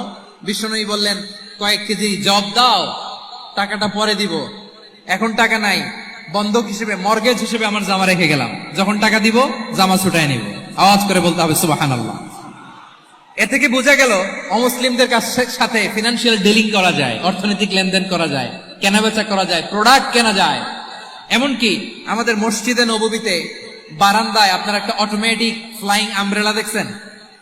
সূর্য যখন বাড়ে মসজিদে নববীর বারান্দায়, ইয়ার্ডের মধ্যে অটোমেটিক্যালি কিছু আমব্রেলা আছে, সাঁ করে খুলে যায়, আর সূর্যের তাপ লাগে না। আবার সন্ধ্যাবেলায় এই আমব্রেলা গুলো ওরা ক্লোজ করে ফেলে, দেখেন নাই না? দেখছেন? এই মসজিদে নববীকে সর্বোচ্চ উন্নত মানের কনস্ট্রাকশন ইনফ্রাস্ট্রাকচার ডেভেলপ করার জন্য কর্তৃপক্ষ কিছু অমুসলিম ইঞ্জিনিয়ারের, ডিজাইনারের সহায়তা নিয়েছিল। সুবহানাল্লাহ বলেন। দলিলের ভিত্তিতে, এই দলিলের ভিত্তিতে যে বিষ্ণু ঈসা ইসলাম অমুসলিমদের সাথেও লেনদেন করেছেন, আওয়াজ করে বলতে হবে আল্লাহু আকবার। শুধু তাই নয়, ইন কেস অফ ইমার্জেন্সি, প্রয়োজনে ইসলামের খাতিরে, ইসলামকে সামনের দিকে এগিয়ে নিয়ে যাওয়ার জন্য অমুসলিমদের সাপোর্ট নেওয়া জায়েজ আছে। সুবহানাল্লাহ বলেন। অমুসলিমদের সাপোর্ট নেয়া, তাদের থেকে অর্থ নেয়া, পলিটিক্যাল সাপোর্ট, পলিটিক্যাল অ্যাসাইলাম নেওয়া জায়েজ আছে। আমাদের অনেক বিশ্ববরেণ্য দায়ীরা আমেরিকায় অস্থায়ীভাবে অ্যাসাইলাম নিয়ে থাকে, নিজের দেশে গেলে ফাঁসিতে ঝুলাই দিবে। যুগ যুগ ধরে দায়ীদের উপর এরকম অত্যাচার আর নির্যাতন আছে না নাই?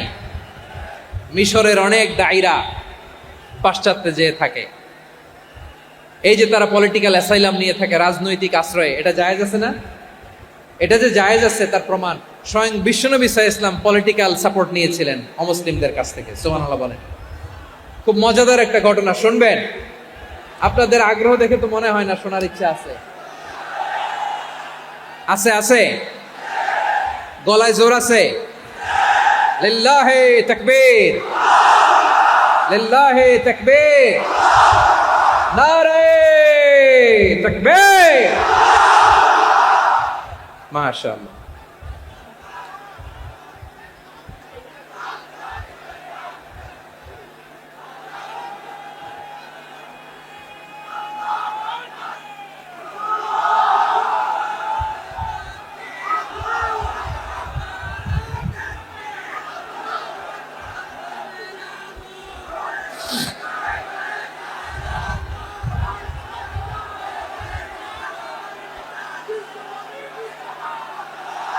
মাশাআল্লাহ মাশাআল্লাহ। থামুন থামুন আমার ভাইরা। বিশ্বনবীর বয়স তখন প্রায় 51 বছর। কত বছর? বিশ্বনবীর সবচেয়ে কাছের মানুষ খাদিজা রাদিয়াল্লাহু তাআলা আনহা ইন্তেকাল করেছেন। বিশ্বনবী বড্ড কষ্ট পেলেন, হৃদয়টা ভেঙে খান খান। যিনি ঘরের ভেতরে বিশ্বনবীকে সান্ত্বনা দিতেন, ভালোবাসা দিতেন, বাইরে গেলে কুরাইশরা বকাঝকা করে, অত্যাচার করে, কিন্তু আম্মাজান খাদিজা রাদিয়াল্লাহু তাআলা আনহা ঘরটারে এমন শান্তির নীড় বানায় রেখেছেন, এই ঘরের ভিতরে ঢুকলে বিশ্বনবীর কলিজাটা ঠান্ডা হয়ে যেত।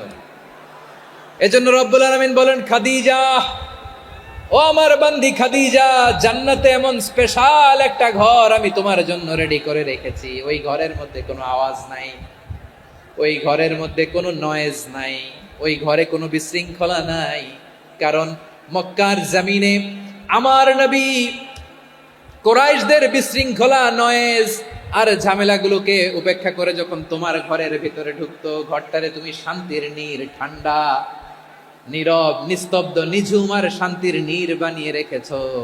এজন্য জান্নাতে স্পেশাল একটা শান্তির নীড় আমি তোমারে উপহার দেব। ওই প্রিয়তমা স্ত্রী খাদিজা ইন্তেকাল করলেন, বিশ্বনবীর হৃদয় ভেঙে খান খান। আবার ওনার চাচা আবু তালেব ইন্তেকাল করলেন, যিনি পলিটিক্যাল শেল্টার দিতেন নবীকে। কে দিতেন? আবু তালেবের ভয়ে, বিশ্বনবীর এই চাচার ভয়ে কোনো মুশরিক নবীর গায়ে হাত দেওয়ার সাহস পায় নাই। এখন স্ত্রীও নাই, চাচাও নাই, নবীকে আশ্রয় দেওয়ার কেউ নাই। নবীর চারদিকে অন্ধকার। নবী এখন কই যাবেন? আমার পেয়ারা নবী নতুন স্টেশন খুঁজতেছেন, নতুন দাওয়াতি প্ল্যাটফর্ম খুঁজতেছেন। তিনি যায়েদ বিন হারেসা রাদিয়াল্লাহু তাআলা আনহুকে নিয়ে মক্কার পাশের একটা নেইবরিং সিটি তায়েফে চলে গেলেন। কোথায় চলে গেলেন? লালমনিরহাটের ভাইয়ের আওয়াজ করে বলেন, কোথায় গেলেন? তায়েফে চলে গেলেন দিনের দাওয়াত দেওয়ার জন্য। কি দেওয়ার জন্য? নাকি জমি কিনতে গেছিলেন? জমি কিনতে, দুনিয়ার যশ খ্যাতির জন্য, নিজের কোনো লাভের জন্য? তায়েফবাসীদেরকে জাহান্নামের আগুন থেকে বাঁচানোর জন্য। আওয়াজ করে বলতে হবে, ঠিক কিনা? বিশ্বনবী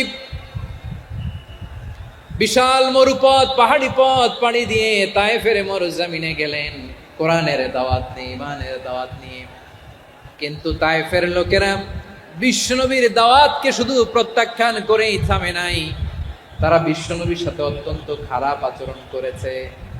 বিশ্বনবীকে শারীরিকভাবে হেনস্থা করেছে, আমার নবীকে শারীরিকভাবে অত্যাচার করেছে, আমার পেয়ারা নবীর গায়ে পাথর মেরেছে, বিশ্বনবীর গা বেয়ে ঝরঝর করে রক্ত ঝরেছে, নবী জামিনের মধ্যে লুটিয়ে পড়েছেন, আবার মেরেছে।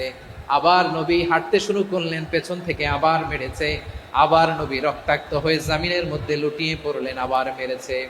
বিশ্বনবীর মতো এত সুশ্রী মানব, বিশ্বনবীর মতো এত শুভ্র মানব, বিশ্বনবীর মতো এমন চমৎকার দেহাবয়ব দিয়ে রব্বুল আলামিন কাউকে বানান নাই।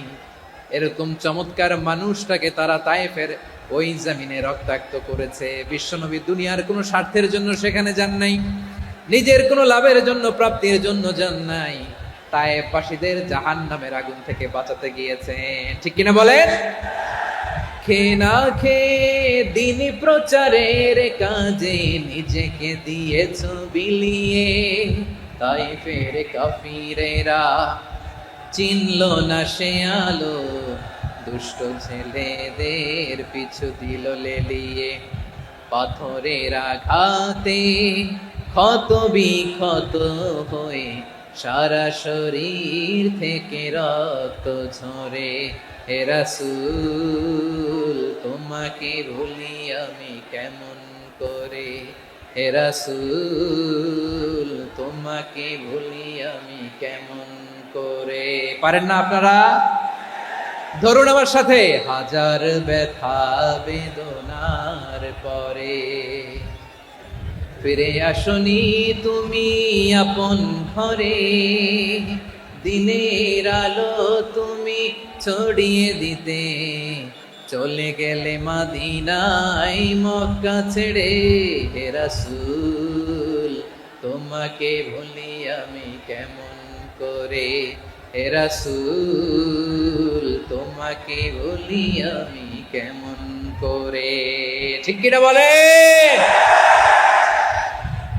প্রিয় ভাইরা, তাইফের ছেলেরা নবীকে রক্তাক্ত করলো। আমার নবী কই যাবে? কই যাবে? মক্কায় জায়গা নাই, তাইফে জায়গা নাই। তাইফ থেকে ভারাক্রান্ত মন নিয়ে আমার নবী মক্কায় ফিরে আসলেন। বিশ্ব নবী মক্কায় ঢুকতে পারেন না। মক্কার মরুভূমির দিকে তাকিয়ে, উপত্যকার দিকে তাকিয়ে বিশ্বনবী ধা ধা করে কাঁদেন, ঝরঝর করে। নবীর চেহারা মোবারক থেকে চোখের পানিগুলো বেয়ে বেয়ে পড়ে। আমার জন্মস্থান, আমার শৈশব, কৈশোর, যৌবন কেটেছে এই মক্কায়। আমার এলাকায় আমি ঢুকতে পারি না। বিশ্বনবী মক্কার অনতি দূরে দাঁড়িয়ে জায়েদকে পাঠালেন, জায়েদ যাও, দেখো কেউ আমাকে সাপোর্ট করার মতো আছে কিনা। যাও অমুকের কাছে যাও। জায়েদ গেলেন, তারাও প্রত্যাখ্যান করে ফিরিয়ে দেয়। বিশ্বনবী বললেন যাও অমুক লোকের কাছে যাও, তিনিও প্রত্যাখ্যান করে ফিরিয়ে দিলেন। কেউ বিশ্বনবীকে আশ্রয় দিতে রাজি হয় না। নিজ জন্মভূমিতে বিতাড়িত বিশ্বনবী, সর্বশেষ বিশ্বনবী বললেন যাও মুতঈম ইবনে আদির ঘরে যাও। মুতঈম ইবনে আদি মুশরিক, তার কাছে যাও। গেলেন, মুতঈম ইবনে আদি রাজি হয়ে গেল। সুবহানাল্লাহ বলেন। দেখেন, অনেক বিপদের সময়ও আমি নিজে সাক্ষী, সামাজিকভাবে রাজনৈতিকভাবে কত ঝঞ্ঝা, কত ষড়যন্ত্র, কত কনস্পাইরেসি পাড়ি দিয়ে আমাদেরকে সামনে এগিয়ে যেতে হয়। এই শত্রুদের ভেতরেও একজনকে দাঁড় করিয়ে দেয় যে আল্লাহর কোরআনের জন্য রেডি হয়ে যায়। করেন সুবহানাল্লাহ। মুতঈম ইবনে আদি, আল্লাহ তার মনকে নরম করে দিলেন। মুতঈম বলে, মুহাম্মদ আমি তোমাকে আশ্রয় দিব। তার দুই ছেলেকে পাঠালেন, যাও খোলা তলোয়ার নিয়ে, স্কট দিয়ে, গার্ড অফ অনার দিয়ে মুহাম্মদকে মক্কায় ঢুকাও, আর বলো আমি আমান দেব। আমান কি দিব? আমান মানে সিকিউরিটি, নিরাপত্তা। সিকিউরিটি ছাড়া, আমান দেওয়া ছাড়া কেউ থাকতে পারতো না মক্কায়। দুই ছেলে বিষ্ণু ইসলামকে নিয়ে আসলো। নবী কাবার চারদিকে তাওয়াফ করলেন, নামাজ পড়লেন। আবু জাহেল, উতবা, শাইবা, ওয়ালিদ ইবনে মুগীরা সবাই দেখে, কেউ কিছু করতে পারে না। কারণ মুতঈম ইবনে আদি ঘোষণা দিয়েছেন, আমি মুহাম্মদকে আমান দিয়েছি, মুহাম্মদের গায়ে যেন কেউ স্পর্শ না করে। আওয়াজ করে পড়েন সুবহানাল্লাহ। নবীর এই বিপদকালে মুহূর্তে মুতঈমের হৃদয়টারে নরম করে দিল কে? আচ্ছা, লালমনিরহাটের ভাইয়েরা বলেন, এই মুতঈম কি মুসলিম ছিল না মুশরিক? সবাই বলতে হবে, মুসলিম না মুশরিক? তাহলে মুশরিকের কাছ থেকে নবী পলিটিক্যাল অ্যাসাইলাম, আধুনিক রাষ্ট্রবিজ্ঞানের ভাষায় পলিটিক্যাল অ্যাসাইলাম, যেটাকে বলে রাজনৈতিক আশ্রয়, ওনার আমান বা নিরাপত্তার এই ঘোষণায় তিনি মক্কায় ঢুকলেন। যতদিন নিরাপত্তা ছিল ছিলেন। মুতঈম যখন মারা গেল, বিষ্ণু ইসলাম হিজরত করে মদিনায় চলে গেলেন। সুবহানাল্লাহ। কিন্তু মুতঈম যে বিশ্বনবীর উপকার করছে, এটা বিশ্বনবী ভুলে নাই। আমাদের অনেকে আছে, উপকার করার পরে আর খেয়াল থাকে না, খাওয়ার পরে গলা দিয়ে নামলে আর খেয়াল থাকে না। এরকম আছে না নাই? আমার নবী ভুলে নাই। বদরের প্রান্তরে 70 জন কাফেরকে যখন বন্দী করে বিশ্বনবীর সামনে হাঁটু গেড়ে দাঁড় করানো হলো, বসানো হলো। 70 জন কাফের। কয়জন? বিশ্বনবী তাদের দিকে তাকিয়ে বললেন, সহিহ বুখারীর বর্ণনা, লাউ কানাল মুতঈম ইবনে আদি হাইয়ান সুম্মা কাল্লামানি হাউলাইন নাতনা লা তারাকতুহুম লাহু। বদরের প্রান্তরে 70 জন বন্দী কাফিরের দিকে তাকিয়ে আমার নবী বললেন, আজকে মুতঈম ইবনে আদি যদি বেঁচে থাকতো আর তোমাদের 70 জনের ব্যাপারে যদি মুতঈম এক বাক্যে একটা সুপারিশ করত, তার সম্মানে আজকে তোদের সবাইকে আমি মাফ করে দিতাম। সুবহানাল্লাহ নাই? ওই যে চিল্লাচিল্লি যে কথা বোঝে নাই, কোন জিনিস মিস করছে ওরা নিজেরাও বোঝে নাই। বিশ্বনবী মুতঈমের এই সাহায্যের কথা বলে নাই। 70 জন মুশরিক হাঁটু গেড়ে বসা, নবী চাইলে এখনই এক্সিকিউশন অর্ডার দিতে পারে। তিনি বললেন, আজকে যদি মুতঈম বেঁচে থাকতো আর মুতঈম যদি তোদের জন্য সুপারিশ করতে, এই আবর্জনাগুলোর ব্যাপারে সুপারিশ করতে, আমি মুহূর্তেই তোদেরকে এমনি মাফ করে দিতাম। এবার বলেন, ইসলাম কি ন্যারো মাইন্ডেড না ব্রড মাইন্ডেড? শুধু তাই নয়, যাকে যে সম্মান দেয়ার আমার নবী দিতেন, হোক আস্তিক হোক নাস্তিক, হোক মুসলিম হোক অমুসলিম। বিষ্ণু ইসলাম যখন রোমান সম্রাটের কাছে চিঠি লিখেছেন, আমার প্রিয় লালমনিরহাটের ভাইরা, অল্প কয়েক মিনিট কয়েকটা জরুরি কথা বলবো, এদিকে তাকান, এদিকে তাকান। রোমান সম্রাটের কাছে বিশ্বনবী যখন চিঠি লিখলেন মিন মুহাম্মদ রাসূলিল্লাহ ইলা হিরাকলা আযীমির রোম, মুহাম্মদের পক্ষ থেকে হিরাক্লিয়াসের কাছে, যিনি হচ্ছেন আযীমির রোম। এটা নবী নিজ থেকে বানায় লিখছেন, অতিরিক্ত সম্মান দিয়ে। কোন রাষ্ট্রপ্রধান যখন আসে তাদেরকে আমরা কি বলি জানেন?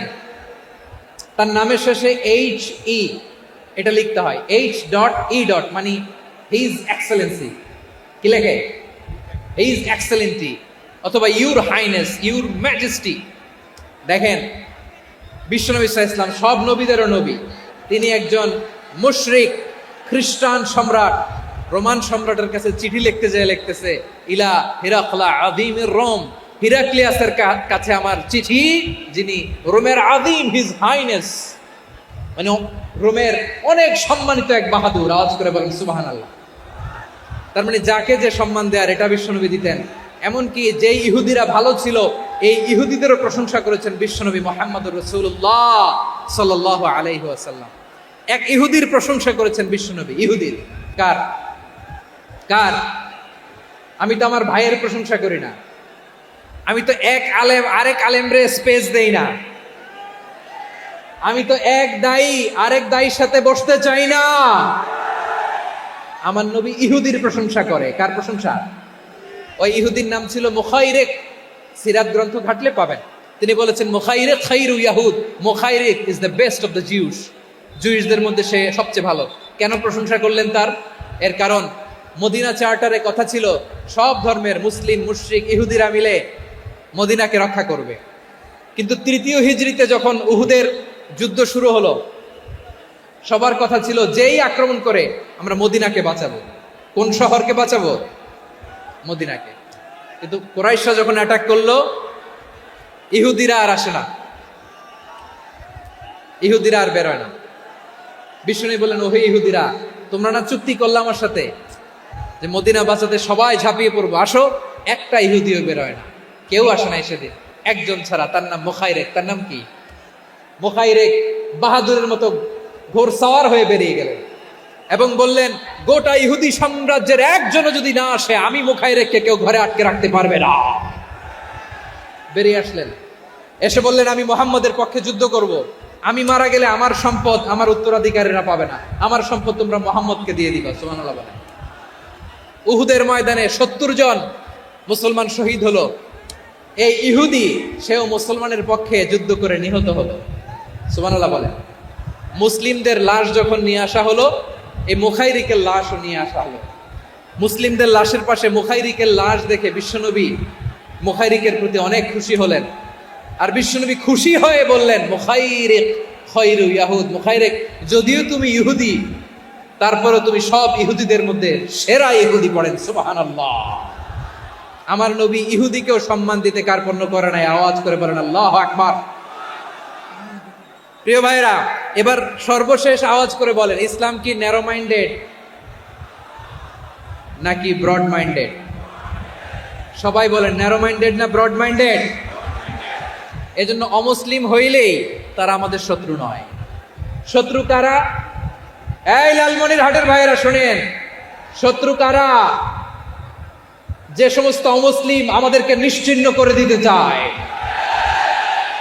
যে সমস্ত অমুসলিম আমাদের ভূখণ্ড থেকে আমাদেরকে তাড়িয়ে দিতে চায়, যে সমস্ত অমুসলিম আমার ধর্ম নিয়ে তুচ্ছ-তাচ্ছিল্য করে চিল্লায় বলেন ঠিক কিনা, তারা আমাদের শত্রু। সাধারণ অমুসলিমরা আমার শত্রু নয়। এই যে হিন্দুরা থাকে, এরা আমার ভাই, বৌদ্ধরা আমার ভাই, খ্রিস্টানরা আমার ভাই, ইহুদিরা আমার ভাই। তারা দিনই ভাই নয়, তারা মায়ের পেটের ভাই নয়, তারা মানবিক দিক থেকে ভাই। ও মানুষ, আমিও মানুষ। ইসলাম মানুষকে সম্মান করে, চিল্লায় বলো ঠিক কিনা।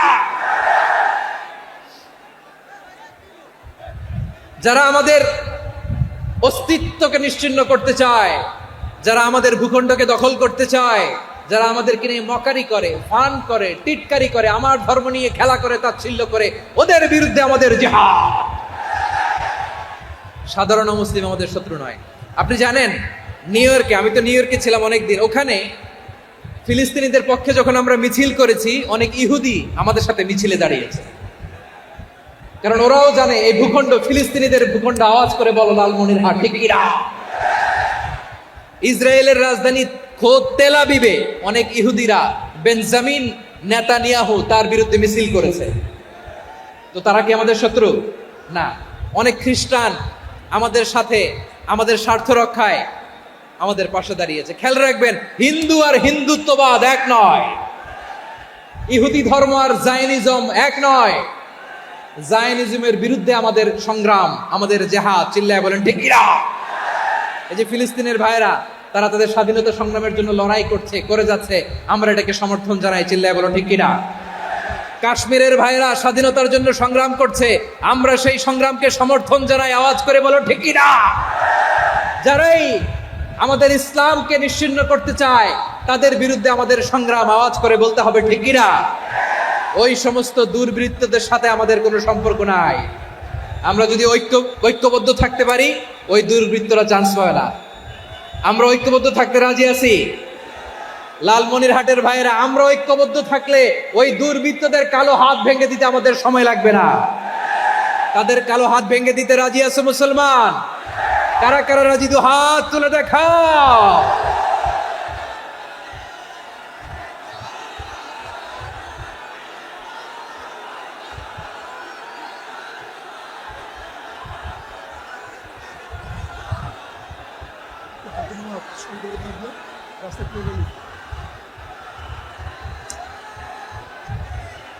আমার প্রাণ প্রিয় লালমনিরহাটের ভাইয়েরা, শত্রু কাফের আর অশত্রু কাফেরের মধ্যে পার্থক্য আছে না নাই? আবু তালেব মুশরিক, আবু জাহেল মুশরিক, কিন্তু দুই মুশরিকে পার্থক্য আছে না নাই? আবু তালেব নবীর চাচা, মুশরিক, মারা গিয়েছে মুশরিক অবস্থায়, কিন্তু আজীবন আমার নবীকে আগলে রেখেছে, আমার নবীকে সাপোর্ট করেছে, ভালোবেসেছে।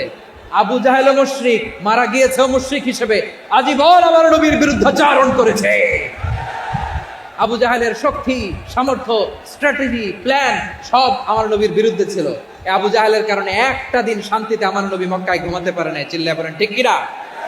এজন্য রব্বুল আলামিন বলেন, লা ইয়ানহাকুমুল্লাহু আনিল্লাযীনা লাম ইউকাতিলুকুম ফিদ-দীন ওয়া লাম ইউখরিজুকুম মিন দিয়ারিকুম আন তাবাররুহুম ওয়া তুকসিতু ইলাইহিম ইন্নাল্লাহা ইউহিব্বুল মুকসিতিন।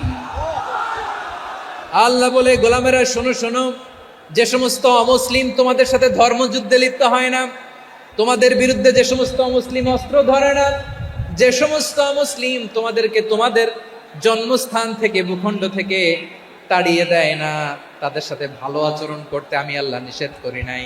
তাদের সাথে সদাচরণে কোনো নিষেধাজ্ঞা নাই, বরং তাদের সাথে সদাচরণ করো, এটাই আমি আল্লাহ চাই। তাহলে আমার যে অমুসলিমরা আমাদের সাথে শত্রুতা করে না, তুচ্ছতাচ্ছিল্য করে না, আমাদের ভূমি থেকে আমাদেরকে উচ্ছেদ করতে চায় না, আমাদের বিরুদ্ধে অস্ত্র ধরে না, ওই অমুসলিম ভাইদের সাথে আমাদের কোনো দ্বন্দ্ব আছে? কোনো বিরোধ আছে? বরং আছে ভালোবাসা। বরং আছে কি? এই ভালোবাসা দিয়ে আমরা বিশ্ব জয় করব। রাজি আছে মুসলমান? আমাদের পুঁজি ভালোবাসা। আমাদের পুঁজি কি? এবার আওয়াজ করে বলেন, আমার এই পুরো আলোচনা থেকে the religious coexistence, peaceful coexistence, শান্তিপূর্ণ সহাবস্থান, কমিউনাল হারমোনি, এই সাম্প্রদায়িক সম্প্রীতি, এই আলোচনা থেকে কি বুঝলেন? ইসলাম কি ন্যারো মাইন্ডেড না ব্রড মাইন্ডেড?